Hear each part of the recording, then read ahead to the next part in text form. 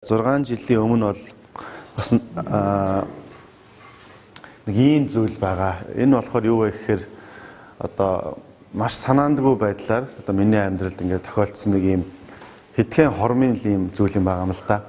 Тэрний юу вэ гэхээр би яг одоо ажиллаад харчаад гэрлүүгээ ингээд явж явах үед бол ийм хилмигдэсний хөшөө гэдэг одоо байгаа те. Тэр хөшөөний урд бол нэг хөл нэг гар багхгүй нэг ийм ахмаг насны эрэгтэй хүн ингээд хүний наймыг зогсооё гэдэг юм давуу бариа сууж исэн.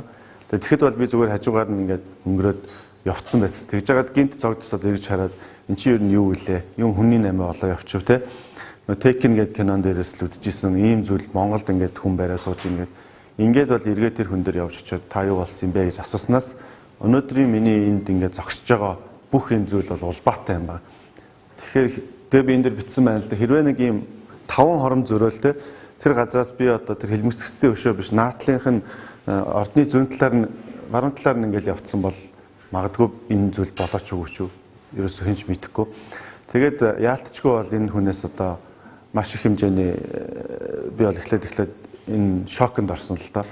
Тэр өдрийнх нь орой бол энэ хүнтэй уулзаад тэгээд ер нь юу болсон юм бэ гэд бүх нэг энэ хүний наймаа яагаад ингэ сууж байгаа өөрийнх нь 16-7 настай байсан охиныг те одоо хичээлээ хараад явж байхад нь хүчээр хулгайлж авч яваад за одоо энэ нэг юм өрөө нэг юм шавар балгас шиг юм байна те яг одоо энэ өрөөнд ингээд өөр 3 охинтой цуг 4 жил 4 охиныг 6 жил ингээд хороод тэгээд бол одоо бүр биднээс их ойрхон дархийн бэлгэсэлхийн ингэргээд тэр ингэрт ийм газар байршуулад Улаанбаатар хотын 15-6 цэгт бол аваач худалдаж исэн шөнө болгоо одоо бэлгийн мүлжлэг хүнийг худалдаж исэн ийм одоо хэрэг түүний одоо хохирогчийн аавтай би тэгж таарлцсан байна. Тэгээд тэрэнд бол би итгээгүй. Дараа нь бол өөрийнхөө нүдээр очиж тэр охинтой уулзаж ингэж бол одоо маш их одоо давхар дэм шоконд орсон.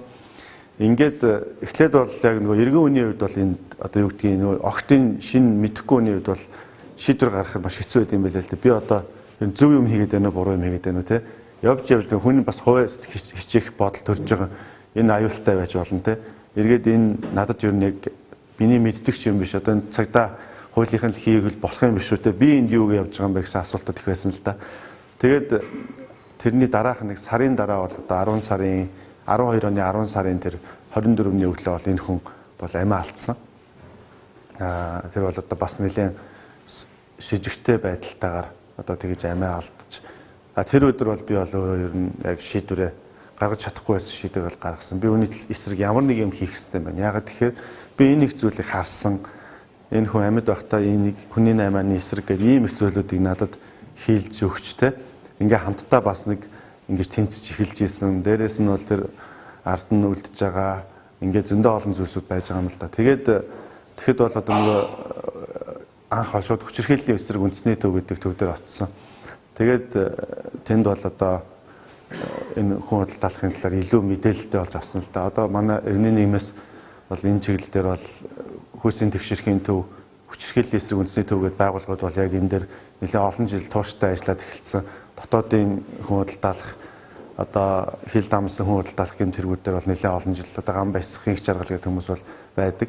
Тэгээ анх бол маш их зөв хүмүүстэйгээ бол уулзсан. Эхлээд бол би шууд ган байсхэгчтэй их жаргал одоо энэ хоёр хүнтэй уулзаад хүчирхийллийн эсрэг хүйсийн тэгшэрхийн төгөөд хоёр байгууллагад бол одоо эхлээд очиж мэдээлэл авч энэ юу ямар зүйл хүн худалдаалах юу болсон тэр одоо нөгөө тараншааны хүүхдүүдгээд 2000 оны ихээр маш олноороо байсан хүүхдүүдийн тоо яагаад гинт 2006-7 онд огцон цөөрсөн яагаад энэ үед тэр гадаад руу сургуульд явуулдаг өндөр одоо тэтгэлэгтэй те 100% тэтгэлэгтэй өндөр цалинтай ажилд оруулна гэдэг зарууд тэр үед тэгж их ТV заруудаар ихсэж исэн хүмүүс яагаад тэгж их оочрлж явж исэн тэрний хамгийн ихэнд ямар хүмүүс тийшээ явсан ч гэдэг юм уу маш олон зүйлүүд араас улбаатай ингэж бол гарч ирж байгаа юм. Тэгээ яг хоо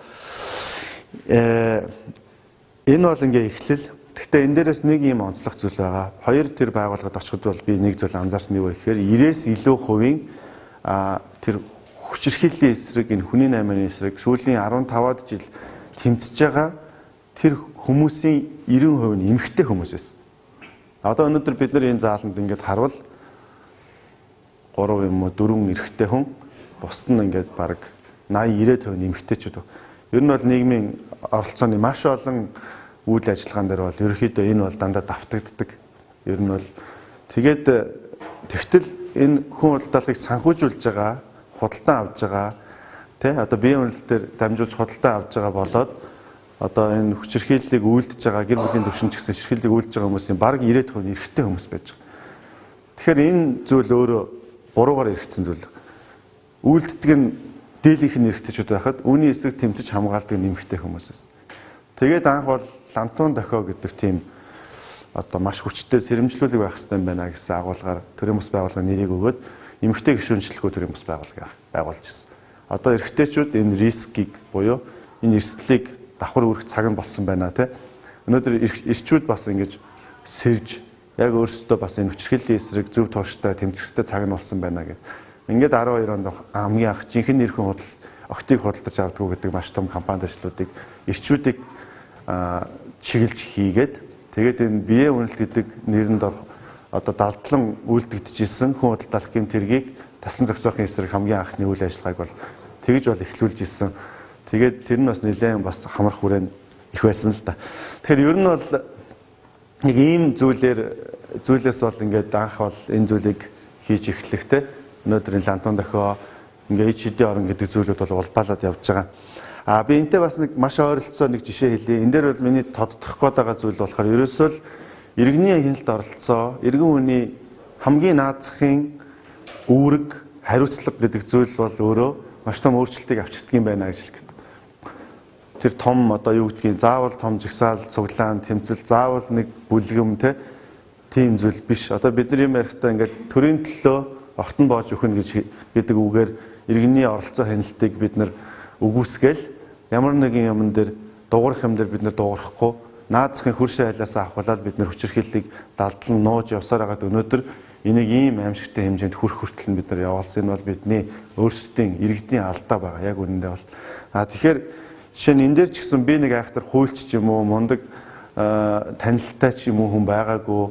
Эсвэл одоо ямар нэгэн байдлаар энэ чиглэлээр мэдээлэлтэй хүн байгаагүй. Зөвхөн л энэ буруу зүйл байна. Энэ буруу зүйл байх ёсгүй. Үүний эсрэг ямар нэгэн зүйл хийх ёстой гэсэн энэ анхны оролдлого явсаар хагаад өнөөдөр ингээд тэр Лантуун дохио тэгээ яваад өнөөдөр энэ хүртэл улбаалаад 7 жил тодорхой хэмжээний нөлөөллийг үзүүлж явуулж байгаа. Тэгэхээр энэ бол миний тэр бол 7 жилийн өмнөх яриа байна. Тэгтэл ерөөсөө 1 жилийн өмнөх жишээг би та нарт дурдъя гэж бодож байна. Энэ дээр бол 17 оны намар одоо 13 настай нэг охин очир төвд амиа алдсан тэр сар бас нэг 5 настай бяцхан охин хойд авдаа өчнөдүүлсэн хэрэг гарсан.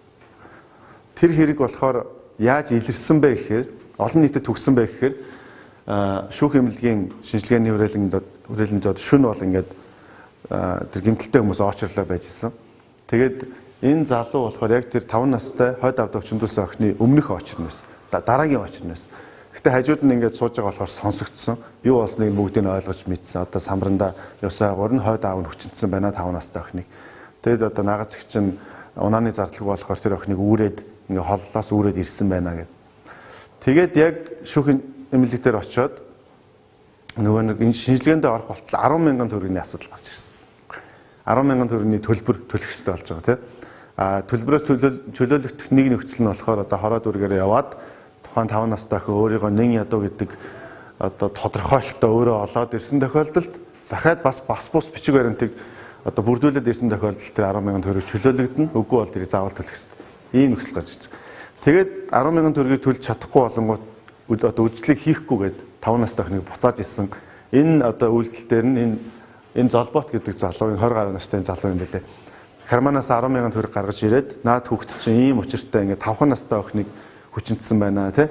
Энэ 10,000 төгрөгийг би төлье. Та үйлчлэгт нь оруулаад өччих гэж хэлчихэд тэг гэртээ орж ирээд бухимдаад энэ зүйлийг бичсэн байгаа. Би яг ийм зүйл харлаа тий.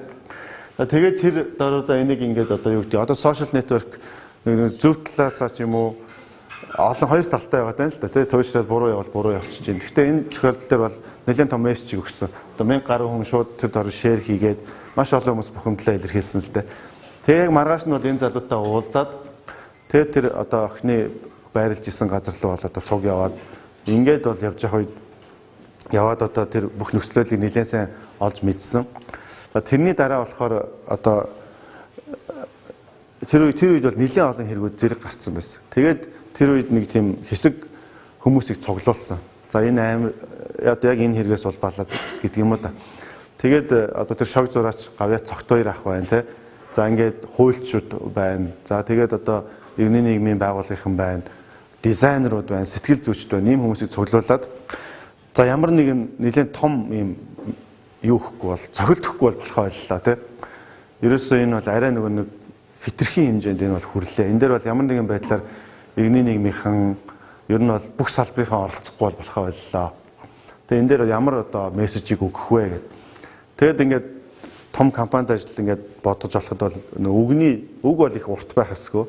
Тэгээ нүдэ нэ гэдэг ийм одоо нэрийг өгөөд тэг яг тэр үед бол цогт хоёр ахын бодож олж ирснээр бол одоо хүмүүсийн харах нүд нь хараад байгаа мөртлөө хайрлах нүд нь сохорчжээ тий одоо нэг дотор бас нэг нүд байгаа шүү дээ. Тэр нь өөрөө сохорцсон байна. Энийг нээх хэрэгтэй цаг болсон байна гэд. Тэгээд ингээд скицийг зураад логоны тэгээд тэр дизайнеруудад бол өгөөд за нийгэмд бол ийм нөлөөлөхийн тулд ийм өнгө ашиглая гэд ингээд одоо энэ ах фреймийг гаргасан. За тэгээд энэ дээр бол яг нөгөө нэг доктортой яг нэг энэ кейсийг барьж авч хагаад зөвхөн энэс хазаалгүйгээр яг энэ дээр 8 удаагийн жигсаал хий гэд одоо юунаас дүүргээс талбай дээр жигсаал хийх 8 удаагийн алтан бичгээ өгж эрхээ аваад ингээд шүүхийн шинжилгээний хүрээлэнгээс авахуулаад очир төвийг хамруулад 8 удаагийн жигсаалыг бол хийсэн. Энэ дээр бол ингээд маш олон хүмүүс тэгт оролцсон л да. Тэгээ энийг бол одоо өдөр тутмын мэдээ сонингууд нүүрэн дээрээ гаргаж исэн одоо маш олон хүмүүс энэ дээр бол одоо нэлээд нэгдэж тал бүрт бол энд бол давалгаалж исэн. За үүний үр дүнд юу гарсан бэ гэхээр 3 сайдын тушаал цуцлагдаад дахиад шинэ журам гаргасан. Тэгээ энэ дээр бол одоо дахиж Монгол улсад бага насны хүүхдийн хүчирхийлэлд өртсөн тохиолдолд энэ ямар нэгэн байдлаар төлбөр авахгүй ийм одоо шинэ журмыг Нямдарч сарын гэрэл Хүрлбаатар гэдэг энэ 3 сайдын шинэ тушаалаар шинэ журам батлуулж чадсан.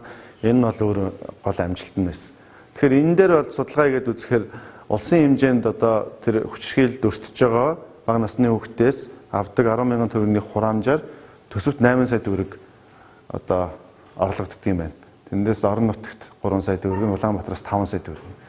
Тэгэхээр бид нар одоо 5 настай хүүхдийн хүчиндүүлсэн хүүхдээс авах хураамжийн мөнгөөр улс одоо 8 сая төгрөгийн орлого олох болтлоо Монгол улс одоо аль ч төвшөндөө ядуураагүй байлттай тий. Тэгэхээр энэ дээр бол тодорхой хэмжээнд иргэд энийг өөрсдөө олд санаачлаад хамгийн гол нь зүгээр энэ золбоот гэдэг энэ залуу бол нэг айхтар баатар биш байгаа юм л да. Зүгээр хийх иргэний үүрэг, иргэнийхээ л одоо хинч хүм хийх л ёстой зүйлийг хийсэн л байгаа. Гэтэл яг энэ үед бас нөгөө төрийн төлөө огтон боож гэн гэдэг үг маань толгойд орж ирээд тий. Одоо ер нь би заавал энд ингэж далдгах хэрэг юу байна тий. Ингээл яг ингээл өнгөрцөн бол энэ зүйл жишээ нь ингээ улбаалаад явах уугүй юу гэдэг юм уу. Ийм асуултууд араас нь гарч иж байгаа. Тэгэхээр ерөөсөө л иргэний хяналт оролцоо гэдэг зүйл. Ер нь сүүлийн үед дэлхий дээр бол яг хүчирхийллийн эсрэг хамгийн бодиттой, хамгийн үр дүнтэй явж байгаа аргачлалууд бол иргэний хяналт оролцоог сайжруулснаар энэ зүйлийг бол одоо өрчсөн сэргийлэх болоод таслан зогсоох хамгийн үр дүнтэй байна гэж ерөөхдөө бол үзээд байгаа. Тэгэхээр ерөөсөө л нөгөө нэг тэмцэл нь талбай дээр биш хөрш айлаасаа л эхлэх хэрэгтэй юм байна л дээ. Өөрийнхөө орцсноос те яг өөрийнхөө гараад явдаг ходог хүртэлх явах замаасаа энэ болгон дээр л энэ хүүхдийн эрхийг хамгаалах энэ хүчирхийлэл болж байгаа үйл явдлыг мэдээлэх ийм зүйлүүдээр иргэд өөрсдөө маш их сайн оролцоотой байхгүй бол энэ дээр бол мянган сайн хууль байгаад ч гэсэн хэцүү юм бэл. Яг тэгэхээр өнөөдөр жишээ нь хоошоо юу гэдгийг зүгээр энэ уулын ингэрийн шинээр буугаад ирсэн айлууд байж байгаа шүү дээ. Бүртгэлгүй те цагдаа тэрийг мэдээгүй байгаа, хэсгийн ахлагч нь мэдээгүй байгаа. Ийм айл тэр хоёр уулд авсан жалганд хүчирхийлэл өртлөө гэж бодоход тэнд хамгийн ойрхон байж болох юм бол аль нэг хөршил байгаад байгаа байхгүй. Аль нэг хөрш. Тэр хөршил мэдээлэхгүй бол тэнд бол хүнийг алж ийсэн ч хүчиндж ийсэн ч яасан ч тэр хорооны 10,000 хүнд одоо нэг цагдаа оногдож байгаа шүү дээ. 10,000 одоо нэг хороон дээр бол нэг хэсгийн цагдаагаа, эргүүлийн цагдаагаа оруулахгүй бол тэгэхээр 10,000 хүний дунд нэг цагдаа энэ дээр ажиллаж хизээж барахгүй. Тэгэхээр иргэд өөрсдөө тодорхой хэмжээнд одоо нөгөө сайн дурын цагдаа гэдэг шиг тийм үүргийг гүйцэтгэж иргэд тэр шууд 107, 108, 102 гэдэг утаснууд руугаа шууд дуудлага өгч эргээд энэ дээр араас нь хяналт шаардлага тавьж иж нэгдүгээрт энэний илэрч ихсэн, хоёрдугаарт өчрхийлэл бол одоо бас өрсөн сэргийлэх үйл ажиллагаа гэсэн давхар явагдах боломжтой байна. Тэгэхээр ерөөсөө одоо би сая хоёр жишээ ярьлаа. Нэг нь ингээд 7 жилийн өмнө би хүн өөрийгөө заавал тэртлийн мэдлэгтэй байж иж те тэртлэр их мундаг хуульч хүн байж ич юм уу те энэний төлөө өчрхийлэл эсрэг ч юм уу энэ юм руу тэмцдэггүй байна л да. Хүн зүгээр л эргэн хүн болгон энэ дээр өөрсдийнхөө эрх үүргийнхаа дагуу илүү хүнлэг байж, илүү хариуцлагатай байж, иргэнийхээ үүргийг сайн одоо ухамсарлах нь л энд хамгийн чухал юм байна. Тэгээ илүү зоригтой байх хэрэгтэй. Тэгээ баг хүмүүсээс өөрчлөлт ирдэг. Тэгэхээр тэр жишээ байна. Энэ жишээн дээр ч гэсэн зүгээр нэг залуугийн болохгүй зүйлийг болохгүй гэд хилцсэн зүйл нь төрийн хэмжээний бодлогын түвшинд нөлөөлөд 3 сайдын тушаалыг цуцлуулад дахиж тэр хүүхдүүдийн бүдэрч очиж ундаг 10,000 төгрөгийг байхгүй болгосон байна шүү дээ. Тэр бол дахиад хэдэн зуун хүүхдүүдээр энэ үр дүн гарах хэрэгтэй гэсэн. Одоо тэр 17 оны 10 сараас эхлээд бол одоо хичнээн хүүхэд тэр 10,000 төгрөгнөөс болж зовоогүй те. Яг цагаад болохоор 10,000 төгрөг чинь байхгүй үндэ бол байхгүй. Тэгэхээр ийм одоо чухал бас байна гэдгийг хэлж байгаа юм. Тэгээд яг одоо бас нөгөө олон нийтийн үйл ажиллагаа ялангуяа компанид ажил энтрийг зохион байгуулахад нэлээд шинэлэг байдлаар бид нар ажиллах шаардлагатай болж байна л да. Яг тэгэхээр цаг үе өөрөө өөрчлөгдсөн.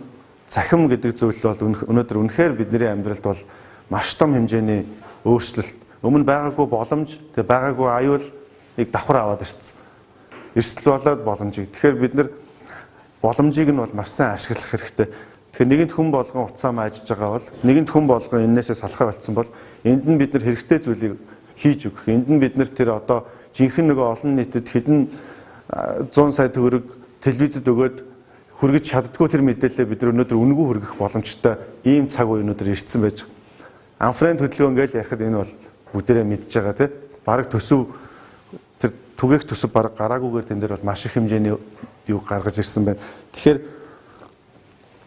энэ дээр тэгээд бас хүмүүс өөрсдөө манлайлаа оролцох боломжийг олох нь бас их чухал. Одоо бид нар нэг аян ингээл том зүйл санаачлагдлаа гэхэд бид нар одоо шинэ нүдэнэ дээр бол ингээд малгай өдөрдөмжийг бол аюул сайн гаргаж өгсөн. За энэ логог ашиглаарай. Нүдэнэ гэдэг стикерийг наасан газар нь ийм амлалт өгж байгаа. Тэрийг бие дээрээ байрлуулсан, гар утсан дээрээ байрлуулсан хүмүүс нь яг хувьдаа ийм амлалт өгж байгаа. Машин дээрээ наасан хүмүүс ийм амлалт өгж байгаа шүү. Гэт тэр өдөрдөмжийг бичиж өгөөд тэгэд одоо бүх аймаг, сум, орон нутаг үнийг өөрсдөө санаачлан зохион байгуулахад бол боломжтой. Ямар нэгэн зөвшөөрөл авах ч юм уу те шууд ингээд нэг тийм том процессууд явах шаардлагагүй. Ерөөсөө агуулгын ийм өдөрдөмжийн ийм лого нь их хуваараа ийм тухайн байгаа газрынхаа зүгээр ажлынхаа газрын принтерлээд бариад зураг авахсан ч гэсэн нөлөөлж шүү гэхэд ерөөсөө доорнод за тэгэл одоо хөвсгөл уувс юу дунд говь гэдэг ерөөсөө амар маш их том хэмжээнд давалгаалсан. Ямар ч бидний зохион байгуулалтгүй. Энэ дээр ингээд хүн гаргаад явсан бол энэ өөрөө төсөвтэй цаг хугацаатай зүйл. Дэлхийн хэмжээнд 32,000 хүн профайл зураг сольсон ба нүдэнэ гэдэг одоо тийм юугаар фреймер. Энэ нь болохоор олимпийн нөгөө нэг профайлын дараах 2-т орсон байна. Монголын статистикийн хэмжээнд. Тэгэхээр энэ бол ерөөсөө өөрөө тэгж сайн давалгаалсан байна. Хоёрдугаарт энэ дээр бол одоо нөгөө нэг тэр зохион байгуулалтын юуг нь бол нээлттэй хийж өгсөн байна.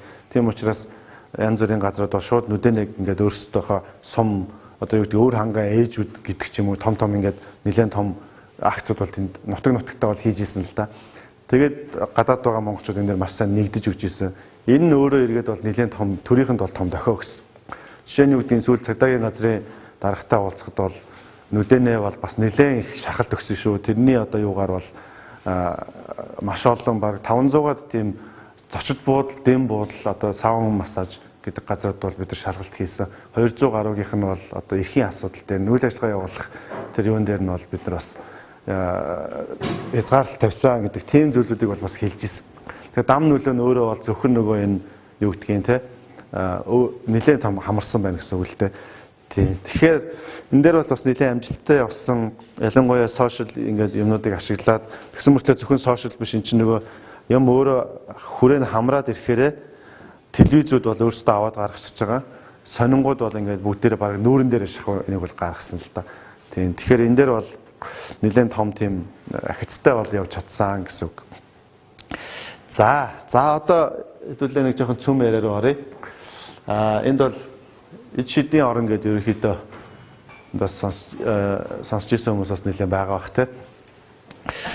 За тэгэхээр ичдийн гормонын за энэ хаяг одоо барих гэж байгаа хоёрын хаягаар бичсэн байх шүү. Шараад нийцсэн. Одоо бол байгаа нь баян уушунд байдаг те. За ер нь бол яг шидийн орон гэдэг байгаа энэ зүйл болохоор өөрөө нэлээд их тийм олон жилийн үйл ажиллагаа яваад нөлөөллийн ажил хийгээд ингээд нэлээд нийгэмдэр ажиллаж байхад тийм нэгдүгээр шийдлгүй байдлаас хоёрдугаар эмзэглэлээс бол үүссэн байна.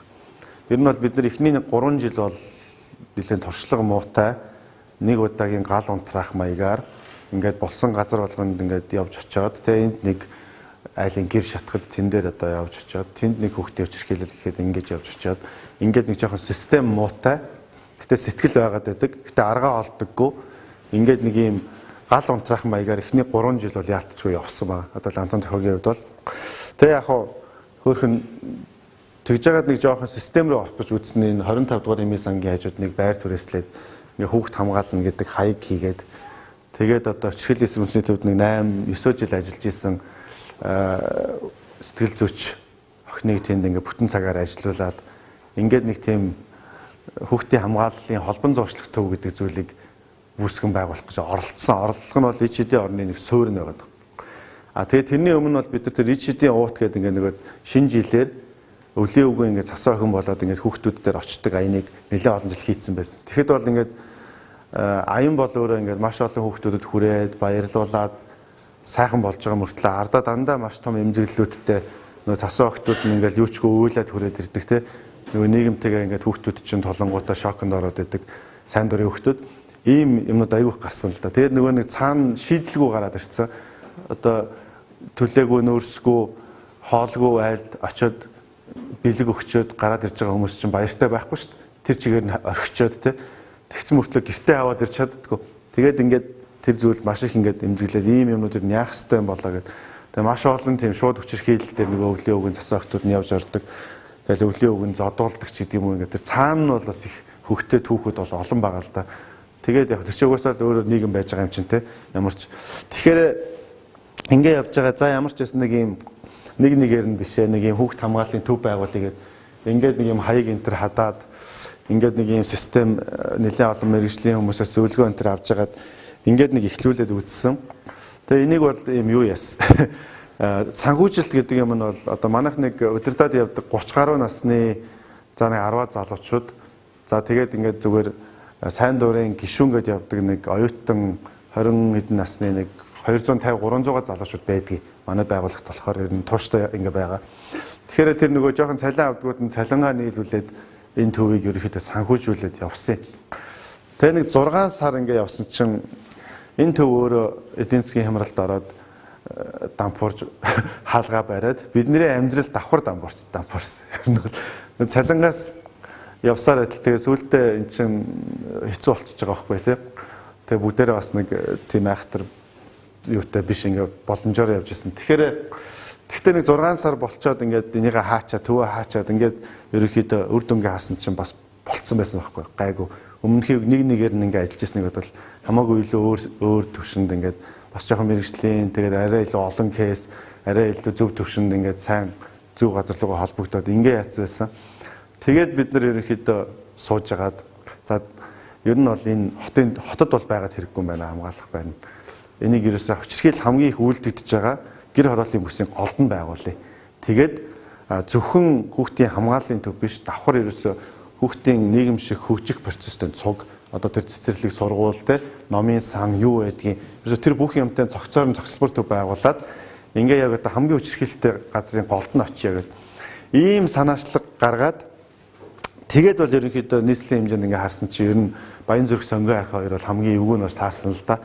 Тэгээ Баян зүрх дотроо тэр зүүн зах руугаа сонгоо архын дотроо хойшоогоо Баян ушуу, Улаан чулуут 26 дугаар хороо энэ гээд нэлээд алдартай хороонууд байна. Одоо 18,000 хүнтэй мөртлөө нэг хороо тий баг 2 болцохоор тэгсэн мөртлөө дундаа нэг тэт бүтцтэй 108 утасны дуудлагын хамгийн өндөр дуудлага авдаг энэ гээд тэрний хойтлын тэр хэсэг. За тэгээд тэгээ асуудал болохоор айгүй их байгаад байгаа. Ингээл одоо юу гэдгийг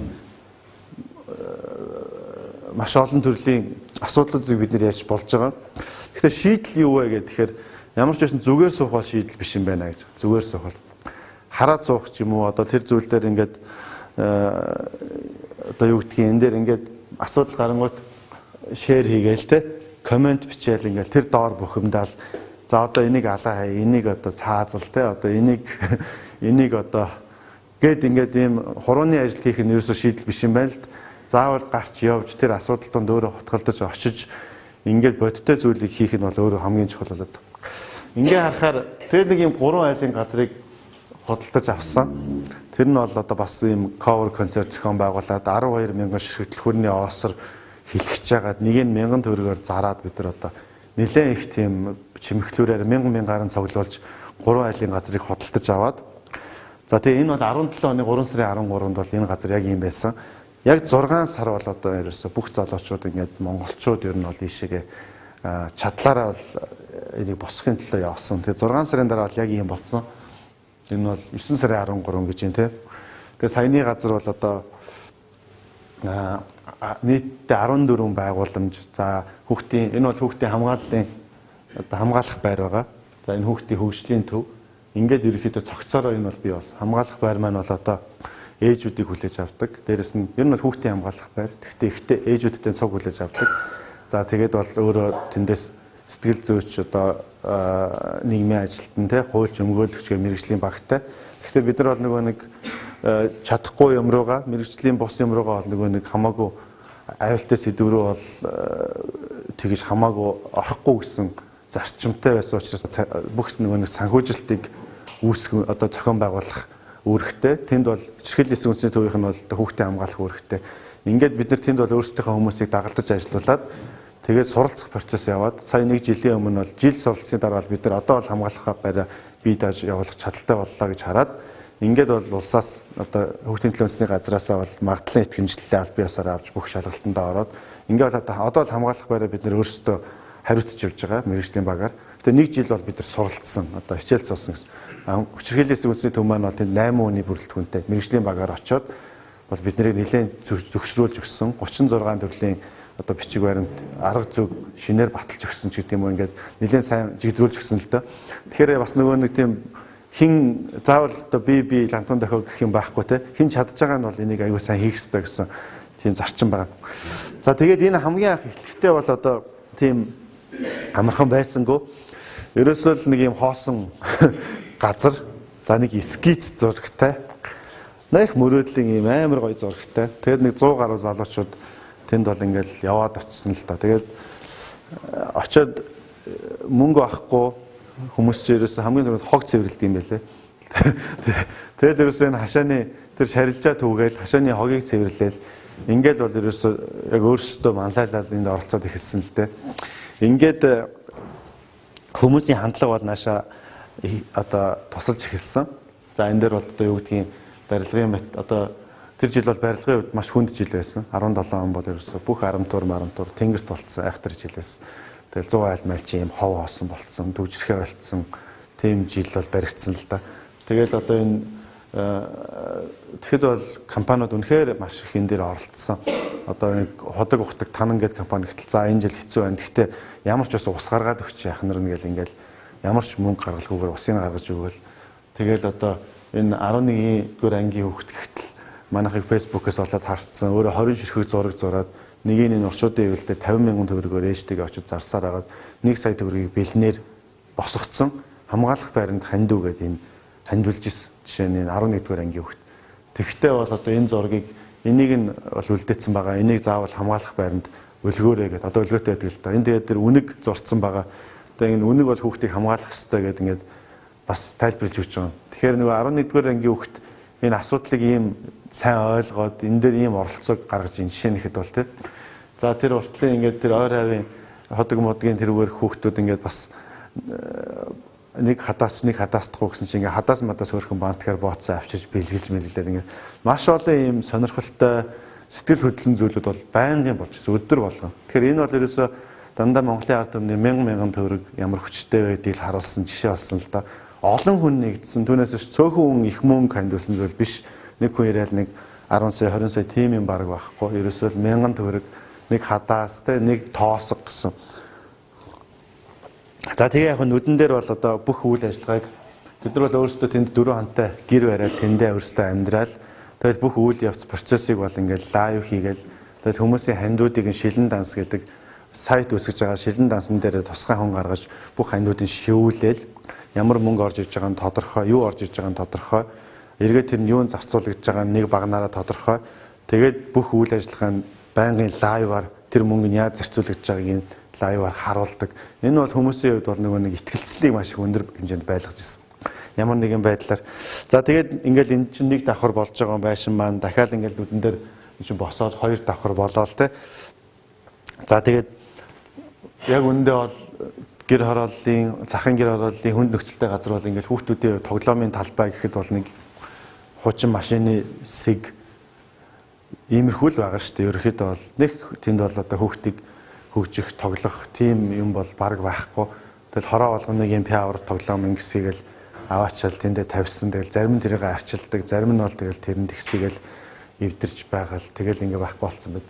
Тэгээ яг хамгийн түрүүнд нэг саксны хэсэг ингээд доотлон цутгагдаад саксны хэсэг бэлэн болцсон. Тэгэл ерөөсөө хүүхдүүд баг ингээд барилга байшин барихын хажуугаар чинь тэрүүгээр баг оочрлж моочрлол бүр үнэхээр нөгөө нэг тийм зүйлээр цангацсан байсан гэдэг нь бол хүүхдүүдэд бол харагдаж байгаа. Тэгээд ерөөсөө одоо бид нар ингээд залуучуудыгаа өсвөр насны залуучуудыг ч гэсэн ингээд та нар гой хөгж те инг тэг гэл ингээд айгүйх сургаал ингээд айлддаг. Яг үнэндээ бол тэнд бол нэг 2 худаг те нэг хэдэ харахгүй гудамж тэгэл нэг одоо хэдэн PC тоглоом тийм л юм байна шүү дээ үнэндээ. Ямар номыг уншиж байгаа хаашаа орж тэрийг уншгээд байгаа те хаан суугаад яаж хөгжгээд байгаа тэр бол айгүй ойлгомжгүй асуудал байгаа. Гэр хорооллын захынхаа нөхцөлт бол ерөөсөө л нэг тийм нөхцөлтэй. Тэгэхээр энэ зүйлүүдийг бид нар илүү тэнд байгуулах, бий болгох, ялангуяа энэ олон нийтийн хөгжих төв, олон нийтийн community center ийм зүйлүүд бол ихээр бас баригдах шаардлагатай болж байгаа юм. Их үйл явдал болно тэр хугацаанд. Одоо нэг орой нөхдүүдийг ингээд тэрүүгээр ингээд гүгээл бүгдийг суулгаж байгаа л ингээд лекц уншлаа. За ингээд та нар одоо энэ саксны талбай бол одоо та нар их те та нар л энийг одоо хамгаалж арилан одоо хамгаалах ёстой энэ төр гэл баахан том юм ярьчаал. Тэгэл нөгөө гэртээ орчоод сууж исэн чинь нэлээд шүн болоод байсан чинь ингээд нэг юм тэр манай чинь гэрлийн хажууд нэг юм сүмигээ тахгүй саксны талбай яг хажууд. Тэгээ босоод ингээд харсан чинь нэг юм хэдийн юм шомбойсон юм толгойнууд ингээд суучиж. Тэгээ энэ юу болчих гээд ингээд яваад очиж ингээд нэг юм 4-5 хүүхэд ингээд суучиж ингээд юу ч хийхгүй ингээд боржорн дээр. Та нар ч одоо энэ ингээд гэртээ харихгүй юу гэж сууж байгаа. Бид нар хамгаалж ийн. Та түрүү хамгаал гэдээсэн. Үгүй та нар одоо ингээд бүр ингээд манзан гээгүй те ингээд ер нь ингээд аривч хямарч гэдэг. Гэхдээ одоо 11-ээс дараагийн ээлж гарч ирнэ энэ төр гэсэн. Тэгээ хүүхдүүд бол ингээд бүр тийм цагаахан те дээрээс нь шууд ингээд хүлээгээд автсан. Ингээл одоо яг бодит байдал дээр за энэ дээр бол сайн дурын хүүхдүүдийг бол заавал одоо дурдах хэрэгтэй. Одоо ер нь бол Монголын ирээдүй янз бүрийн юм байна энэ төр гэл. Энэ дээр бол би бас их гэгээлгээр хардаг. Яг ичдийн орны энэ дээр бол би хэдэн зуун залуучууд ямар ч байсан тогтмол 250-аад 200-аас 250 залуучууд энэ дээр бол өөрсдөө үнэн хөлсгүй ажилласан. Бид нар бол бүгдээрээ ингээл 2-3 автобус дамжиж ирээл өглөөнөөс орой хүртэл яг өөрийнх нь ажил юм шиг тоос тэр янз бүрийн юм зөөхтэй юунд ч хоошоо суухгүй ажиллаад тэгэл оройн буцаал автобусандаа суугаад өдөртөө бараг нэг аяг нэг 2 хуушуур идэж чадахгүй тэгжэл ерөөсө буцаж ирсэн. Тэгээд нэг удаа 2 удаа биш бүтэн дээр зунаад биш. Тэгэхээр үнэхээр өнөөдөр бас Монгол одоо залуучууд маань бол бас сэрцэн залуучууд байгаа. Нийгмийнхаа төлөө өгсөн те бас бие бинийгээ хайрладаг ийм залуучууд бол олон болсон. Одоо ингээл ерөөсө өөрхөн антаазаа өмсөөл ингээл ерөөсө яг л тэнд гоё нөхөрлөөл өөрсдөө энийг босгож байгаа. Гэхдээ энэ залуучууд энийг хийхийн өмнө бол тэр шидийн уут гээд олон жилийн эмзэглэлтэй явсан залуучууд байгаа л да ингээд тэр хүүхдүүдэд те тусалж чадаагүй ингээд зүгээр бэлэг өгөөд ингээ гараа явцсан да өөрсдөө бас нэлээд юм шархалцсан. Тэгээд энэ шийдлийг олох гээд ингээд юм босч гинэ гэхэд бол маш ихээр ингэж оролцсон залуучууд байгаа. Тэгээ яг бид нар чинь ингээ хандвийн юм хийж байгаа төсөв гэж ер нь байхгүй. Юу орч ирнэ тэрүүгээрээ барайл явж байгаа те. Тэгэхээр ингээд залуучууд маань ингээд бас хоол хийж идэж байгаа энэ дээр бол те. Тэгээ маш олон хүн зэрэг ерөнхийдөө нэг жоохон гол орох нэг хоол байдаг юм байна. Тэр нь бол банштай цай юм байна л да.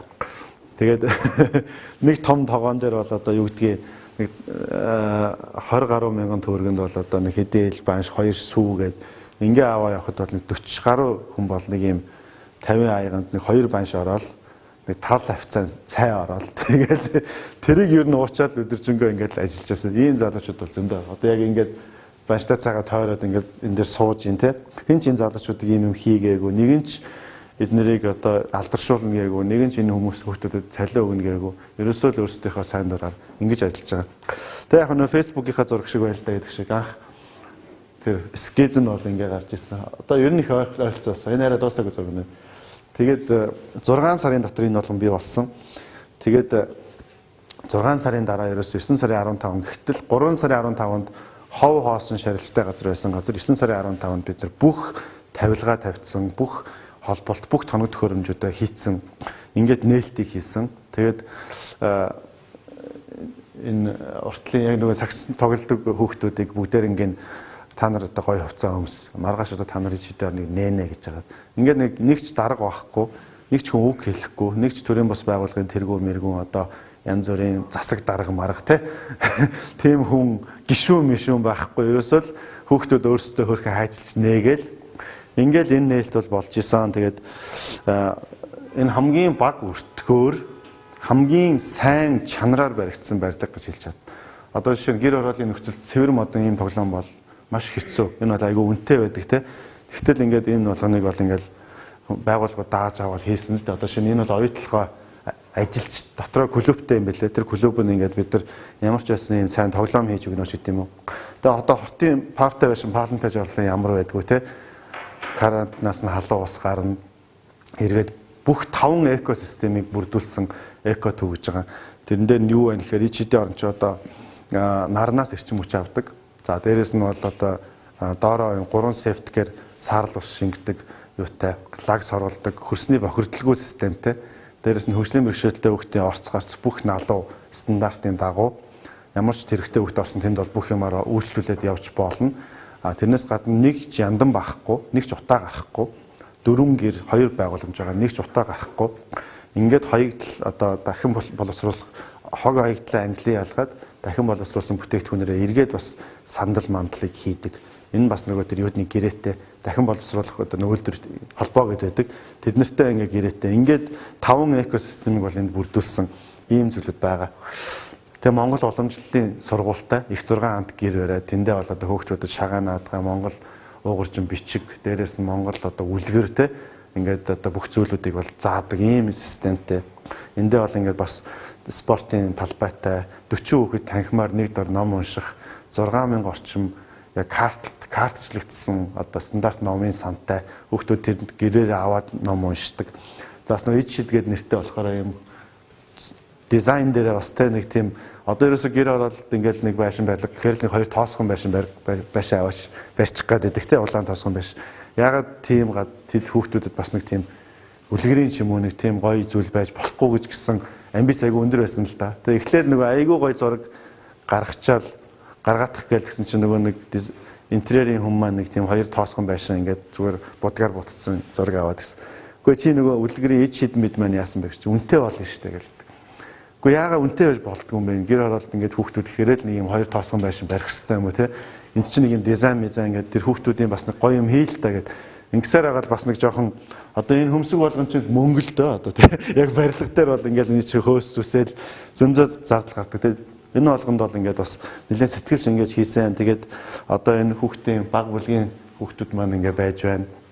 Үр дүн бол яг энэ бол өнгөрч жилийн өмнө ихтгэл тавихад бол дөнгөж барьчлаа гэд байж исэн. Одоо бол нэг жил 4-5 сар үйл ажиллагаагаа яг жигдрүүлээд нөгөө хөрсөн дээр ажиллаж үзээд те үр дүнгээ гаргаад ирж байгаа болохоор бас нэлээд бардам байгаад байна л да.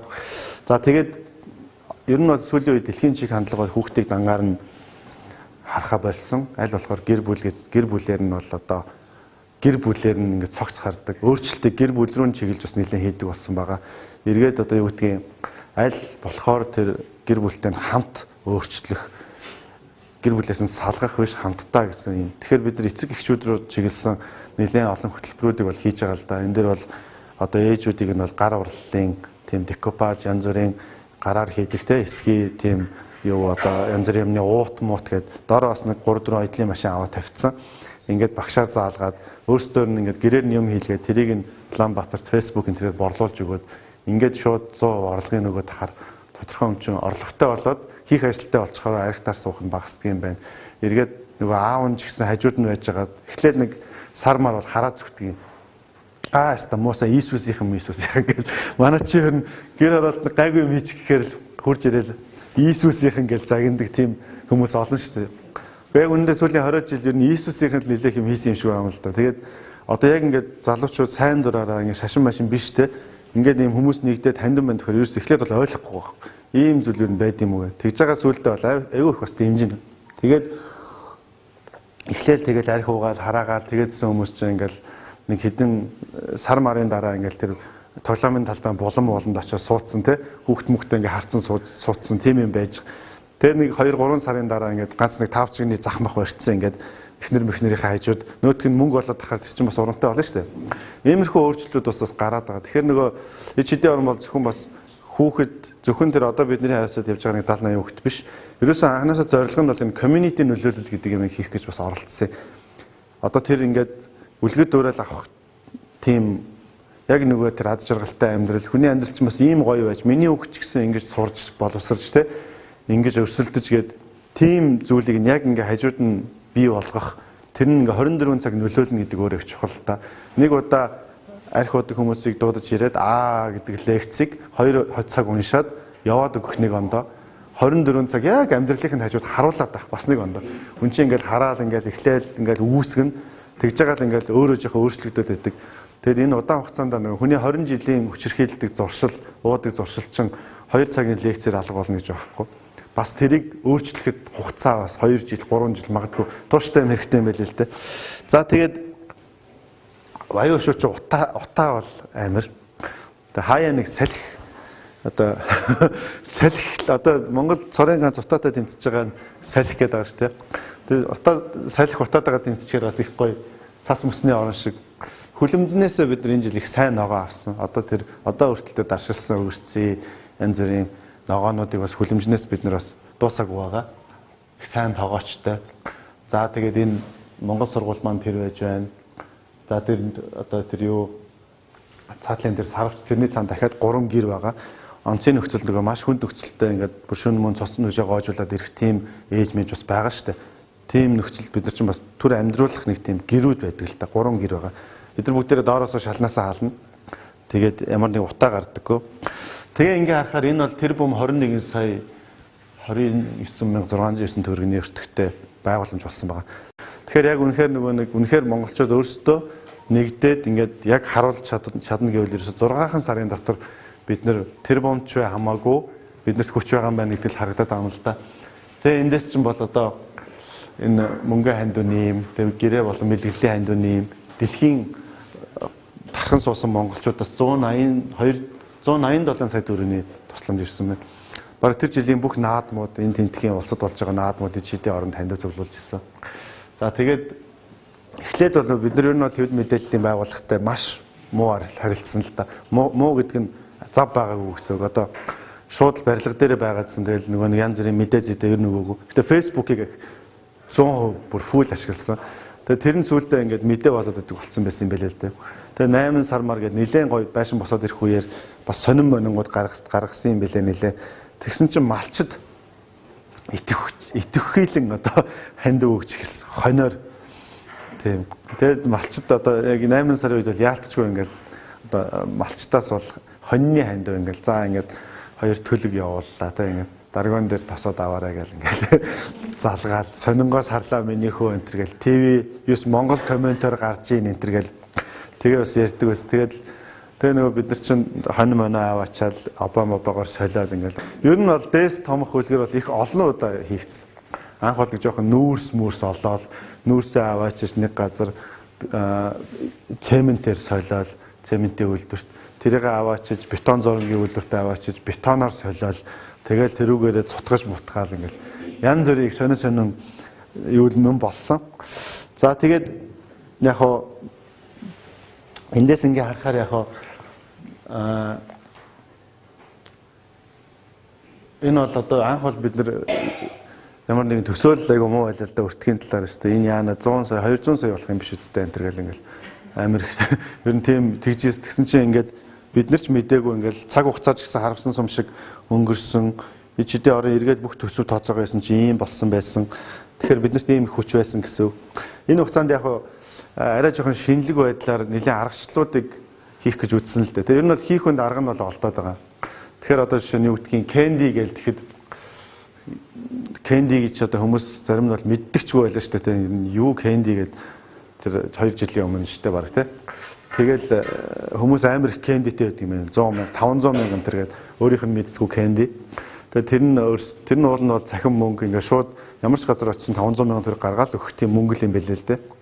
Тэгээ candy-гийнхэнтэй уулзсан чинь ингээ бид нар ингээ баг хэдэн тэрбум candy аваачаад хүмүүс рүү нөгөө point буюу те урамшуул болгоод цацсан. Тэр нь зарцаад ингээ эргэлдэж чадхаа болчлоо.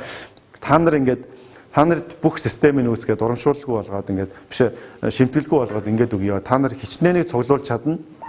Тэр хэмжээгээр чинь бид нар бол одоо шууд бэлэн мөнгө болгоод өгье гэж candy-гийнхэн ярьж байгаа. Тэгэл бид нар ерөөсөө тэгэхэд яг хойдлын байшингийн хундаам цутгах гээд мөнгө зогссон байсан үе. Чихрээр хундаам цутгана гэл candy чинь нэг чихэр байгаа шүү дээ. Тэгэл давалгаал бол яг ерөөсөө 10 хэдэн сая төгрөг энэ төр босчихсон яг тэр үедээ. Тэгээд тэр хундаам энтрийг бас цутгаж ирсэн яг өндөө чихрээр. Одоо энэ candy-гээр ингээ 23 сая 900 төгрөг одоо яг гаргаж ирээд тэр үед хундаам цутгаад сүлд нь урсгал зардалд хэрэгэлсэн. Ийм нөхцөлтэй байж байгаа. Тэгэхээр ингээл энэ бас нэг юм боломж зүгээр байж исэн л байгаа байхгүй те олж хараад хайгаа явсан бол. Тэр ер нь олон юм байдгийн байлээ. Ер нь зүгээр ингээд зөв менежмент хийгээд зөв зохион байгуулалтаагаар ингээд сайн уриалаад явал. Тэгээ одоо бол сүүлдээ нөгөө candy маань шууд гар утасныхаа аппликейшн дотор ичдийн орон ингээд цэс оруулсан. Мессеж бичих ямар шаардлага байхгүй candy-ийнхаа тоог бичээл 70 мянган тийм хүн аппликейшн суулгацсан байгаа юм бэл. Одоо энийг дахиад идэвхжүүлнэ гэж байна. За энд нэг чухал юм байгаамаа. Ялангуяа нөгөө энд бас эртний нийгмийн олон байгууллага болохоор ер нь бол энэ санхүүгийн сахилга бат шилэн данс аудит гэдэг зүйлүүд бол одоо яалтчгүй маш чухал зүйлүүд болж байна. Энэ бол яг нөгөө бид нар тэрний өмнөх жил Америк руу яваад Нью-Йоркд одоо нэлээд олон улсын байгууллагуудтай жоохон уулзсан л да. Тэгэл ч нөгөө айхтар эндээс ч нөгөө янз бүрийн боршуур те видео одоо хамаг байдгаа бариад очсон чинь тэдний хэлдэг нэг үг байд юм байна. Наадуулаа бүгдийн цааш нь тавьчих. Эхлээд санхүүгийн аудитын тайлангаа гаргаад ирээ. Дараа нь наатгаж чинь харнаа. Тэгээд та нар $1000-ийнхоо их бага мөнгөтэй харьцаг нь хамаагүй те та нар $10,000-ийнхоо бүртгэлийг зөв хийж чаддаггүй газар бол та нартай бид нар хэзээ $100,000 ярихгүй. Тийм учраас над бүх гоё боршуур чинь бол дараагийн асуудлаа. Та нар хамгийн түрүүнд олон улсын итгэмжлэгдсэн аудитынхаа тайлангыг гаргаад ир. Тэгээд энэний чинь харчаад дараа нь бид нар үйл ажиллагаа. Тэгээ ерөнхийдөө энэ бол их чухал юм болж байгаа юм байна те. Дэлхийн хэмжээнд бол одоо энэ сайн улсын ашигын босч байна хамаагүй энэ аудит энэ санхүүгийн сахилга бат гэдэг зүйлийг бол аюул сайн. Тэр хүртэл чинь бид нар чинь эхний 90 жил чинь бол зүгээр яг X тайландаа л явцсан шүү дээ. Тийм газар ч гэсэн байдаг хөт. Нэг угаасаа нэг орж ирдэг гардаг мөнгө ч гэж байхгүй те. Тэгэл нэг хэдэн постэр хэвлүүлэл аян баян хийгээл явж байгаа. Ямар юмныхан тэр тайлан байлан гэсэн юм байх хөт. Тэгээ энэ аудит гэдэг юм ийм учиртай. Тэгээ энэ Ernst & Young гэдэг одоо дэлхийн их дөрүүл гэж байдаг юм байна. Одоо BOT, Ernst & Young гэдэг эдгээр бол одоо эдний аудит ингээд зурагдсан үед бол одоо юу гэдэг юм бэ? Эдгээр бол брэнд юм байна л да. Ерөөсө баг доторхыг хардггүй шахуу. Эдгээр өөрсдөө маш нарийн чанга хийдэг энийг тийм байд юм байна. Тэгээд хэдэн мянган доллар, $10,000, $20,000 доотлол нь аудитаа хийж ингэж явдаг юм байна л да. Тэгээд манайхаас бол нөгөө худалдаа хөгжлийн банк ч юм уу том уурхаа чи энэгээр хэлэгдэв юм байлээ. Тэгээд захирал дээр нь очиод ерөнхийдөө бүх танилцуулга хийгээд зорилгоо яриад ингээд бид нарыг хандуур аудит хийгээд өгөөч гэдэг.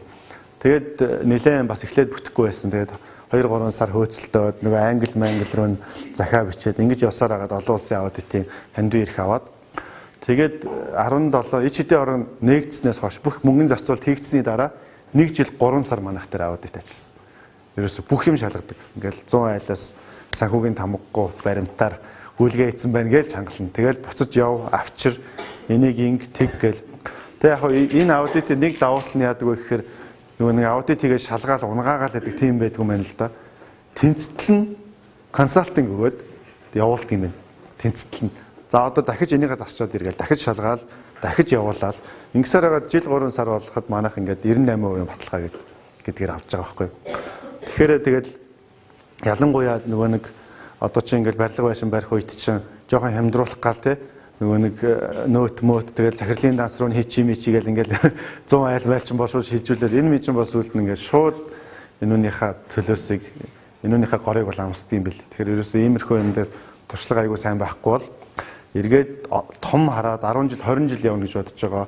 Олон улстай хамтран гэж бодож байгаа. Ер нь цаашдаа ингээд яа гэж бодож байгаа энэ аудитын энэ янз бүрийн санхүүгийн юмыг бол ерөөсөө маш нарийн байлгаж бүх юм цэгцлэх хэрэгтэй юм бэлээ. Тэгээ энэ ингээд авсан одоо яг сүүлд авсан аудитын үнэлгээ бүх юм авцсан. За энэ энтер байхад бол одоо нүүбтэй ч юм уу те олон улсын ямар ч байгууллагатай бол харилцахад бол одоо юу гэдгийг энэ газар бол энэ хүмүүсийн хандив тусламжинд хариуцлагатай ханддаг, санхүүгийн сахилга баттай, зарцуулалтын зөв яг одоо хүрэх ёстой хүндээ хүрдэг юм байна гэсэн энэ баталгааг бол энд өгч байгаа. Тэгэхээр эргээд нөгөө нэг өнгөрсөн хэдэн жил чинь бас манайд чинь нөгөө нэг сайн үйлсийг далимдуулаад те сайн үйлсийн нэрээр сар үйлс хийсэн дундаас нь одоо янз бүрийн асуудал үүсгэсэн юмнууд сошиал дээр хүртэл хаяа харагдсан шүү дээ. Тэгэхээр иймэрхүү юмнууд чинь аудит гэдэг ийм зүйлээ зөв хийгээд сайн явуучвал энэ өөрөө асуудалгүй болно гэсэн үг. Тийм мэсэл байхгүй. За тэгээд нэгээд одоо ингээд жил 4-5 сар болоход бол ямар ч байсан 18 онд дан 18 онд бол 52 яг хүүхдийн амнаас хүчирхийллийн кейсээр бол амжилттай ажилласан байна. Яг дуустал нь ажиллаад тэгээ 52 кейсийн араас after care буюу одоо тэр гэр бүлтэй юу хийгээд гэрээ хийгээд манай сэтгэл зүйчт маань араас нь ингэж очиж уулзаж те хороо дүүргүүдийнхээ араас нь хүүхдүүдийнхээ араас хяналт тавиад ингэ явдаг 52 кейсийн ард ажилласан байна. 14 хүүхэд 5 настай хүүхэд төгсгөөд сургуульд оруулсан 2 удаагийн элсэлт авсан цэцэрлэг ингээд 60 хүүхдийн яг цэцэрлэгтээ 2 бүлгээр аваад хамгаалах байр маань бол одоо яг кейс нь 52 гэхдээ хуулийн зөвлөгөө өгсөн сэтгэл зүйн зөвлөгөө өгсөн гэдээ явах юм бол хэдэн зуугаараа яригдах ийм зүйл болж байгаа. Нийтдээ бол нэг 2000-аад хүүхдэд бол нөлөөтэй ажилласан байна гэж харж байгаа. Одоо тэр номын сан маань ч үгүй юм уу те эргээд тэр гэрээ ном унших хөтөлбөр Хатанбаатарын оюун ухааны хөтөлбөр янз бүрийн одоо тэр нөгөө нэг хичээлийн хоцрогдол арилгах хөтөлбөр ч гэдэг юм. Энэ чинь бол ингээд янз бүрээр олон хүүхдүүд хамрагдаж авчиж байгаа байхгүй юу. Тэгэхээр ингээд ийм үр дүнгууд бол ерөөсөө эхний нэг жилдээ гарчжээ. Тэр бид нар эхний 3 жил 26 орчим кейсээр хагас дутуу ажилласан байна гэж харж байгаа. Тэгэхэд сая 3 жил 26 байсан бол ганцхан жилд 52 кейсээр бол бид нар бүрэн сайн ажиллаж чадсан байна гэж харж байгаа. Тэгэхээр өөрөө систем зөв ажиллаж байна. Энэ бол яг нөгөө анх хүсэж исэн үр дүн гарсан байна. Энийг дагаад гэр бүлүүдийн өөрчлөлт гарсан, тэр хавийн хорооны иргэдийн өөрчлөлт, хүүхдүүд илүү өөртөө ихтэй болох, эцэг эхчүүд эхнийхээ амаарлаас багч гисэн холдох, хөдөлмөр эрхэх, өрхийн үйлдвэрлэл одоо хөгжих гэх мэт ийм үр дүнгууд бол гарсан байна. Тэгэхээр энэ дээр бол нэлээд сайн үр дүн байна гэж харж байгаа. Тэгтэл хамгийн том асуудал бол урсгал зардал гэдэг асуудал гэдэг. За ингэ байшин барьчт юм байна шүү дээ. Тэр бомч байна уу? Хэдэж байна. Тэгтэл ерөөсө сар болгоны урсгал зардал гэдэг бол өөрөө манайд бол ойролцоогоос 1 сард 28-аас 30 сая төгрөгийн урсгал зардал гарч байгаа. Гэхдээ энэ барилга байшин чинь өөрөө улсын ямар ч дэмжлэггүйгээр баригдсан. Хоёрдугаарт өнөөдрийг хүртэл бид нар улсаас нэг ч төгрөгийн одоо хувьсгал зардал ч юм уу хүүхдийн зардал гэсэн юм бол авч чадаагүй явж байгаа. Гэхдээ энэ дээр бол өөр нэг шалтгаан байгаа нь юу гэхээр 18 онд гинт барилгын комиссийн хүлээж авах журам загвар нь өөрчлөгдөд. Тэгээ манайх нөгөө үйл хөдлөх хөрөнгийнхөө юуг авахд хандвар тэр бүх ажлын зураг ингээд 30 сая төгрөгийн зураг зурулсан байсан чинь тэрийг дахиж зурж улсад өгөх. Тийм шиний үн дээр таарцсан. Эргээд тэгээд тэр нь одоо бараг дуусаал одоо л тэр юуруу орж. Тэгэхээр энэ юу нь бол нэлээд хойшлцсон юм байгаа даа. Гэхдээ яг одоо улсаас авалгүй ингээд нэг ерөөсөө 0 тусламжаар явлаа л да өнөөдрийг хүртэл. Тэгээд 0 тусламжаас гадна яасан бэ гэхээр 28-аас 30 сая төгрөгийн дотор тэр кейс зардал орчиж байгаа байхгүй. Жишээ нь хүчирхийлэлд одоо нэг хүнд хэлбэрийн хүчингийн хэрэгт хохирогч болсон охин ирлээж утахад тэн дээр ч юм эмчилгээ, өмгөөлөл заримдаа тий эрүүгийн байл ингээ өмгөөлөл явна. Ингээд тэр чин цаашаага тэр хүүхдийн олон төрлийн терапи ингээ бүгд төлбөртэй л доо. Ингээ энэ зүйлс гэхэд 50 мянган төгрөгийн зардалтай кейс ч байна, 5 сая төгрөгийн зардалтай кейс ч байгаа байхгүй. Ингээ 12 сараа нийлээд хуваахаар эн чинь өөрөө юу болж байгаа. Нэг сарын 30 сая төгрөгийн ерөнхийдөө урсгал зардал гарчиж байгаа байхгүй. Тэгэхээр нэг төгрөгийн орлого олдоггүй ашигын бус тэгээд сайн дурын менежментийн төрийн бус байгууллага сард 30 сая төгрөгийн санхүүжилтийг шийдэж улсын хэмжээний үйлчлэгээ авч явна гэдэг бол бас амаргүй юм билээ. Ер нь бол үнэхээр энэ амаргүй нь бид нар яаж туйлдаа хүрсэн бэ гэхээр өнгөрсөн жил 2 сард бид нар тогоо таслуулдаг байхгүй. Тэгэхэд бид нар зөндөө олон нялх хүүхэдтэй, нэрээ хүүхэдтэй байсан, ээжтэй байсан. Тэгээ улс ирээ шууд манай тогийг бол тасалсан. Тэр нь бол 2 удаагийн тогныхоо мөнгийг орой төрж төлсөн гэсэн шалтгаанаар бол тог тасалсан. Тэгээ яаж юм гэхээр одоо тэр чинь бид нар бол бодсон л да эхлээд ингээд Монгол улс утаагүй болох гээд байгаа юм байна тийм учраас цахилгаан шийдлээ дэмжих юм байна. Эко шийдлээ дэмжих юм байна. Тийм учраас цахилгаан зуух хий, дээр нь нарны панел суулгая. Ингээд нам даралт тавихгүйгээр ингээд тавьсан чинь манайх эрхний үйлдвэр асрамжийн газар хоёр яг нэг тарифаар мөнгө төлөөд эхэлсэн. Монголд уусаа өөр хууль байхгүй. Аж ахуй нэгж ба иргэн хувь гэсэн л 2 сегмент байгаа. Түүнээс аж ахуй нэгж дотроо энэ ид шидийн орны ийм сайн улсын төлөө энэ эрхний үйлдвэр нь ийм гэсэн ялгаа байхгүй. Яг тэр өндөр тарифаар төлөөд ирэхээр тэр том байгууламж чинь тогоор халахаараа ерөнхийдөө алуулж байгаа. Ингээ 2 удаа тэгээ тогоо таслуулаад тэгэл ер нь хүний толгой бол аюул сайн ажилт юм билээ. Яг ингээд тог тасалдсан, мөнгө ингэсэн, тэгтэл ингээд дүүрэн хүүхэд байж идэг. Тэгээ наашаачгүй цаашаачгүй нөхцөлд бол одоо хийх хүн дарга нь олдно гэдэг шиг л толгой ажилт юм билээ л дээ. Тэгээ бодонгуудаа за 30 сая төгрөг гэдэг бол их мөнгө. Гэхдээ энийг маш олон хүн дээр баг багаар нь хуваагаад тавьчих. Тэгээд тэр хүмүүс нь тогтмол тэр баг мөнгөө өгч гэдэг ийм систем санаачилсан нь ид шидтэй ахагч юм байна. Ид шидтэй ахагч. Тэгэхээр юу вэ гэхээр ерөөсөө өдөрт хүн $1 өгөөд 350 ид шидтэй ахагч байхад болчих юм байна гэж харж байна. Тэгээ Америкт бид нар манай Лантуун дохиогийн салбар төрийн бас байгууллага байдгийг Вашингтонд. Тэд нар маань бас нэлээд бэлтгэл хийсэн тэнд. За наа чи $1 хүний ямар мөнгө вэ те? $1 нэг хүн өдөрт өгөөд чадхаар ер нь монголчууд байна уу гэсэн ерөөсөө маш их байна нэ. Тэгээ Америк явсан. Тэгээ Америк руу яваад 10 хотоор ингэж явсан. Яг газраар ингэж бүр шопродлоод бүх юм ачаад ингэж бүх презентацийн янз бүрийн танилцуулга бэлдээд ингэ яваад тэгээ энэ Сиэтл гэдэг хотоос Вашингтон хүртэл хичнээн 10,000 км мэдхгүй ингэж газраар явсан. Тэгээд 10 хотод 26 удаагийн яг ийм бэлтгэл арга хэмжээ хийгээд бүх үннээ ярьсан. Ингээд бид нар гэхдээ ийм систем байгуулад ирлээ. Ингээд өдөрт $1 хандуулаач. 2000 гаруй хүнтэй уулзснаас бидний зорьсон 350 хүн бол виза карта холбосон. Ингээд бид нар бол яг амжилттайгаар тэр ичтэй ахчийг цуглуулж чадсан.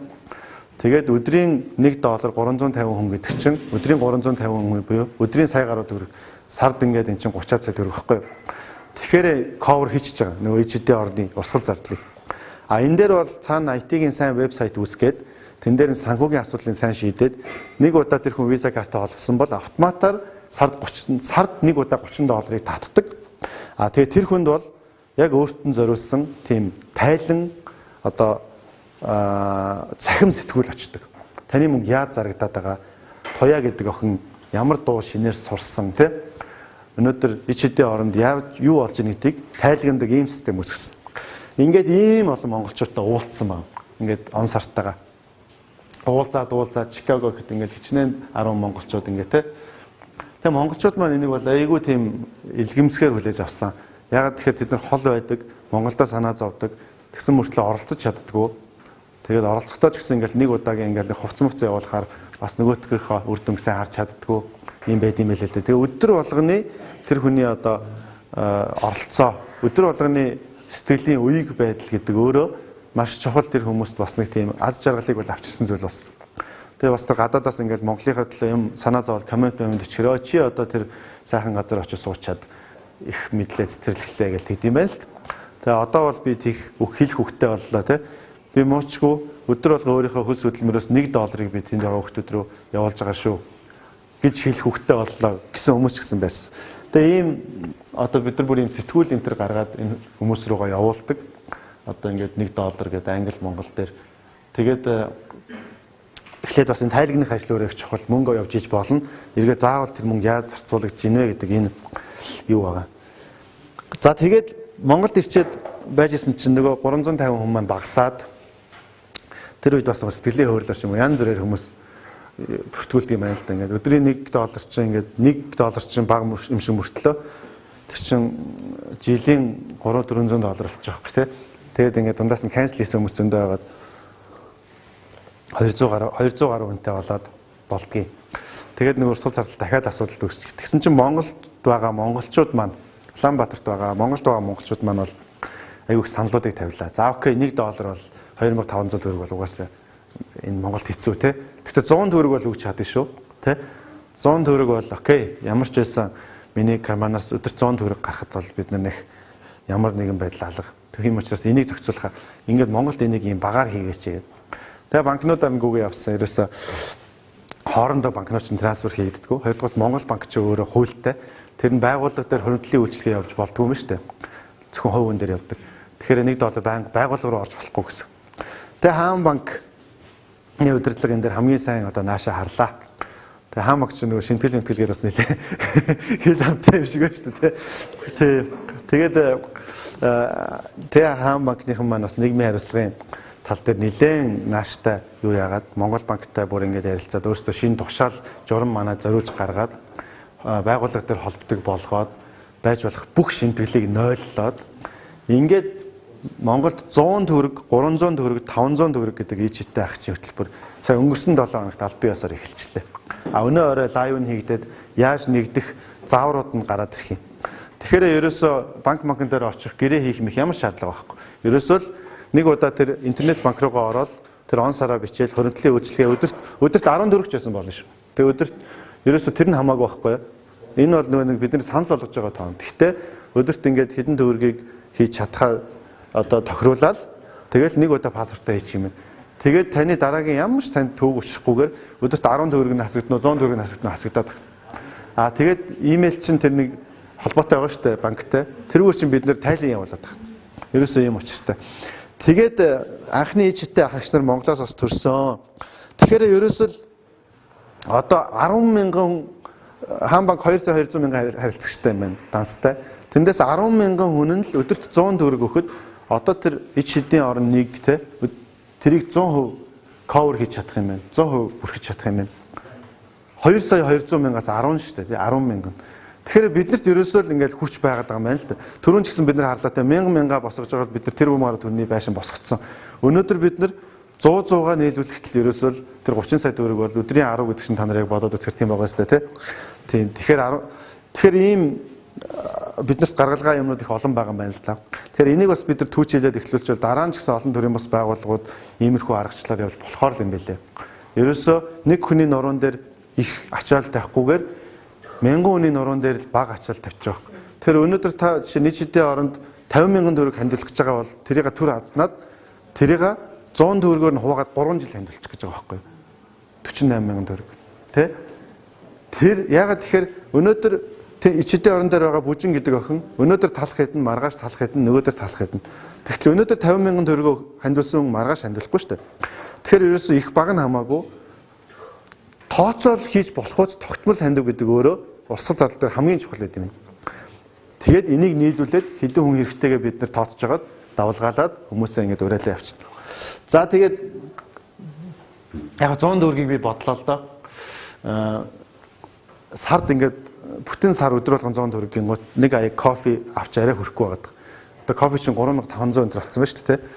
Тэгэн гот бид нар нэг удаа нэг аяг кофе одоо өдөрт 3 аяг кофе уудаг бол за өнөөдөр би 2 аяг кофе уучихгээд энийг ичидээ оронлоо энэ хүүхдүүд рүү гэж бодоход л ерөөсөө бүтэн сар ингээд 100 төгрөг ичидтэй ахиж болж байгаа. Эний чинь л юм байл л. Тэгэхээр ерөөсөө сард нэг удаа нэг аяг кофеносоо татгалцгаая. Тэгээд энийгээ 100 төгрөгөөр нь өдөрт болгоод ингээд яа ичидээ орон хүүхдүүд рүү өгье. Энэ маань тэнд байгаа энэ хүүхдүүдийн хоол, багш, боловсрал, хамгаалал, дулаан ингээд болоо очиж байгаа. Тэгээ энэ бол өөрөө яг бодиттой боломжтой тооцоолттой зүйл байхгүй. Тэгэхээр энэ дээр бол тэгээ энэ эхний ичидээ агч нар нь ингээд бий болцсон байгаа. Ингээд одоо бидраас нэг батламж ингээд өгөө явж байгаа. Гэтэ энэ өнөөдөр оройноос эхлээд яг нэг аль бие ёсоор заавар маавартайгаа гарах юм. Тэгээ манайх бол нэг офс мовс дээр бүх батламж нь байж байгаа. Тэгээд батламжаа нөхөд өгөөд ингээд явчихна. Тэгэхээр ямар ч байсан энэ өдөрт 100 төгрөг гэдэг болсноор та нэг тийм тусгай статустай болчихж байгаа. Нийт шидтэй ах эгч гэдэг та хүн болчихж байгаа байхгүй юу? Эмэгтэй бол та ихч, эрэгтэй бол ах болчихж байгаа. Тэгээд зөвхөн танд хандсан тайлангууд очино. Одоо Facebook дээр тавьдаг пост биш. Одоо бас эн чинь нөгөө арай хариуцлагатай хэмжээний хандивлагч болчихж байгаа байхгүй тий. Тэгэхээр бид нар бас нэг зарим нэг мэдээллийг арай жоохон цензуурлж явуулна. Тийм. Тэгээ бас ингээд ид шидтэй ахигч гэдэг хөтөлбөрийг Монголд бас хэрэгжүүлээд эхэлсэн. Энэ бол бас ингээм амжилттай эхлээ явж байгаа. За тэгээд юм бас юм юу л байд юм байна л да. Бид нар бол одоо ойрын хэдэн жил бол энэ юу урсгал зардлаа бараагүй байж юу 2 гэж бодож ирсэн. Яг үндэ тийм зориг байгаагүй.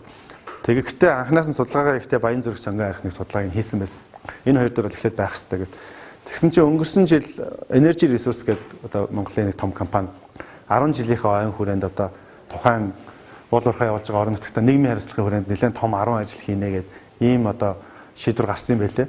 Тэгээ манайх энэ дээр ингээд сонгогдоод бүх шалгуурын даваад 740 сая төгрөгийн одоо хөрөнгө оруулалт ид шидийн орон 2 гэдэгт зориулж Лантуун дахиад бол одоо хандивлагдсан. Эндээс нь бид нар газар худалдаа авалтаа хийчихсэн.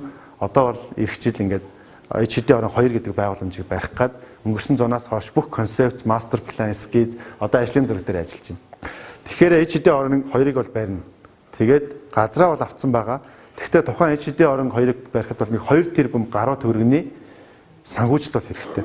Тэгэхээр одоо нөгөө хүмүүс их олон зуун сая төгрөгийн сураг сонсонгуудаа окей энэ ер нь болчлоо гэж бас бодох хандлагууд байдаг. Гэхдээ энэ бол өөрөө одоо байгаагаас 2 дахин том байгууламж барих.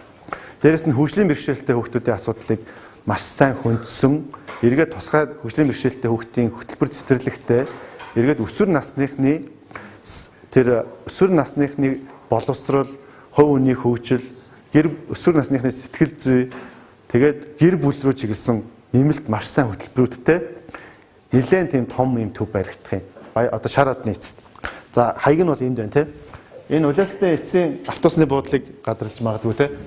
Уулзалтаа чинь ингээд шинэ эцэсгээд хамгийн сүүлийн эцэс байгаа. Тэрнээсээ 300 м чигээрээ алхаад ид шидийн орон 2 гээд 4200 м квадрат тэгштэл бай. Энэ бол маш том газар. Тэгээд төв тэгш маш сайн газар байгаа. Тэгээ энэ өөрөө яг хүчирхийллийн ямар голомтуудын дунд байна гэхээр та нар шараадны эцсийг мэдж байгаа тийм. Шараадны эцэс, Уулзалтын эцэс, хужир болон амгалан. Яг захын гэр ороллын одоо шинэ газар олголтоор маш олон ороо бусгай айлууд буутсан байгаа. Маш хүнд нөхцөлтэй ийм 4 том одоо хэсгийн голдонд бадж байгаа. Тэгээ энэ бол 40-50 мянган хүний дунд энэ байрлаж байгаа. Тэгэхээр энэ бол өөрөө маш хэрэгцээтэй зөв газараа ингэж баригдсан. Тэгээд газар бол худалдаж авагдсан. Тэгээд ерөнхийдөө нэг иймэрхүү байгууламжаар баригдах юм. Яг ийм болно гэсэн үг. Нэг бүтээцээр хийн. Дипломын тал тэр одоо бол 650 м квадрат ашиг талбайтай байхгүй ид шидийн орон 1 нь энэ бол 1200 м квадрат ашиг талбайтай болно. 2 дахин том ба газрын хувьд ч яг 2 дахин томссон байна. Эргээд энэний хамрах нөлөө бүх юм нь бол 2 дахин том болно гэсэн. За тэгээд энд бол одоо та ингээд доторх ингээд юунуудаа интерьер юмнууд ингээд бас тэ 80 хүүхдийн цэцэрлэг. За тэр хүүхдүүдийн ялангуяа өсвөр насныханд бол нэлээд түрүүн би нөгөө нэг 2 худаг те нэг хэдэн харанхуй гудамж хэдэн писинээс өөр өсвөр насныхын чиглэсэн юм алгаа гэ те. Тэгтэл ингээ хотын төвд хүүхдүүд чинь гоё юм коворкинг ингээл хамтын офстойч болж гоё кофе шопт ороод бас клуб байгуулад уулздаг. Яг тэр шараад нийцэд бол тийм нойлохгүй. Тэгтэл тэр хүүхдүүдэд тийм орон зай, ном унших, гоё хоорондоо нөхөрлөх, найзлах, клуб болоод сайн дурын ажил хийгээд нийгмийн харилцаанд ороод ийм юмнууд нь хэрэгтэй, ийм усаагаар бит хэрэгтэй. Тэгэхээр ийм юмнууд дээр нэлээд сайн ажиллаад өгчөж байгаа. За ингээд хүүхдийн тоглоомын талбай. Ингээ ид шидийн орон 2 гэдэг төвийг ингэж барина гэсэн ийм том мөрөөдөл одоо нэлээд ойрхон ингээд тавьсан. Одоо энэ 3 сард газар гисэд шууд одоо гэрээ бариад тийшээ одоо манача хийгээд нэрва хийгээд ингээд явцгаана. Тэгээд одоо намар хэдэн сард орж ирэх юм байгаа те. Ямар ч байсан ингээд бүх одоо ид шидийн орон руугаа ингээд бүх багаараа Лантуун дахиад төрийн бус байгууллага зүтгээд явна. Энэ дээр бол маш их хэмжээний нэмэлт хандууд хэрэгтэй байгаа. Бараг тэр бом 500 сая төгрөг бид нар ямар нэгэн байдлаар менежмент хийж ээж үнийг зохицуулна. Гэхдээ энэ бүгд мөнгөөр хэмжигдэх юм биш. Одоо юу гэдгийг өмнө манайд асфальтыг үнэлбэргүй тавьж үжижсэн компани гэтэл за нэг нь бол маш их амжилттай тий сэтгэл ханамжтайгаа хоёр дээр нь бид нар бас дахиад энэ тусламжаа үзүүлнэ гэдэг юм уу. Ийм одоо амаар ярьсан амлалт энтрүүд бас байгаа л да. Тийм учраас бас нэлээд гайгүй энэний ард гарч чадах байх гэж бодож байгаа. Гэхдээ 2 дахин илүү хичээж 2 дахин том барилгыг бол барина гэсэн үг. Тийм. Тэгээ яг хоо эндээс ингээ хамгийн сүүлд харахаар нэг юм 2 юм байд юм шиг байна. Нэгдүгээр бид нар ерөөсөө өөр их хол газраас хөгжил шийдлийг хүлээгээд байна, хайгаад байна гэж бодоод байгаа. Одоо энэ хойдлын тэр цагаан ордонд л те засгийн газрын ордонд л бүх юм сайхан болчвол бүх юм сайхан болчих гээд байгаа юм шиг те. Тэгэл одоо бүх юмыг ямар нэгэн байдлаас ингээд өөрийн оролцооноос холдуулж шийдлүүдийг хараад хэн нэгэн том мундаг өдөртөгч юм уу ямар нэг юм л бид нар хүсээд байна өөрсдөөсөө холдуулж. Тэгтэл яг үнэндээ бидний карманд байгаа 100 төгрөгөл өөрчлөлтийг авчираад байгаа байхгүй.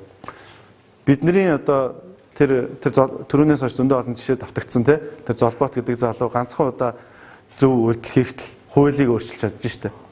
Тэгэхээр ерөөсөө иргэдээс бид бүх өөрчлөлт бол бидний гарт байгаа юм байна. Бид нар хизээш тэр бум төгрөгөөс төгрөгийн 2 тэрбум төгрөгийн байшин барина гэж төсөөлж байгаагүй. Амьдралдаа баг төсөөлөхөд хэцүү мөнгө байсан. Тэгтэл өнөөдөр бид нар тэрийг хийгээд жил ажиллуулсан дахиад 2 дахин гэдэг ингэ явж байгаа. Тэгэхээр ерөөсөө биднэрт энэ хүч байгаа юм байна. Биднэрт энэ уран зориг байх хэрэгтэй юм байна. Бид нар хоорондоо нэгдэх хэрэгтэй юм байна. Би бинийгаа маш сайн дэмжих хэрэгтэй юм байна. Ингээд хамтдаа энэ зүйлүүдийг бид нар хийх хэрэгтэй юм байна. Маш сайн чаддгүй да дугуй дахин бүтээх хэрэггүй юм байна. Одоо бид нар бол жишээ нь энэ дотор ингээд маш олон одоо хөгжлийн бэрхшээлтэй хөлтэй холбоотой юм хэд бол бид нар өөрсдөө очиж хийхгүй гэж бодож. Энэ чиглэлээр Монгол ямар байгууллага хамгийн сайн явж байна те. Тэр байгууллагыг дэмжиж тэднийхтэй менежментийн гэрээ хийгээд та нар ажиллаа хий те. Бид нар дэмжиж гэдэг ийм процессор урлагийн боловсролыг ямар төрлийн бас байгууллага хамгийн сайн өгч байна. Тэднэртэй гэрээ хийгээд хөтөлбөрөө менежментийн гэрээгээ явуулчихна. Бид нар хүчрхийл эсрэг үндэсний төв дээр ч гэсэн та нар бол Монголд хамгийн олон жил ажилласан. Та нарт ямар мөнгө хэрэгтэй байна? Ямар цалин авдгийг? Кейсийн зардал нь яадгийг? Та нар очиод хүүхдийн төлөө ажиллая гэдэг өгөөч. Ингээд бид нар тэн дээр нь зүтгэя. Тэгэхээр нэг байгууллагын амбиц гэсэн бас байх хэрэггүй. Ерөөсөө л явж гол үр дүн нь тэр зорилт бүлэгтэл хүрч яхад тэр нь бол өөрөө болчихж байгаа. Тийм учраас маш олон хүмүүс газрууд хоорондоо нэгдээд ингээд бид нар бол өөрсдөө өөрчлөлтийг хийгээд эхлэх үед энэ бүх нийгмийн өөрчлөлт бол биднийг дагаад ирэх юм байна.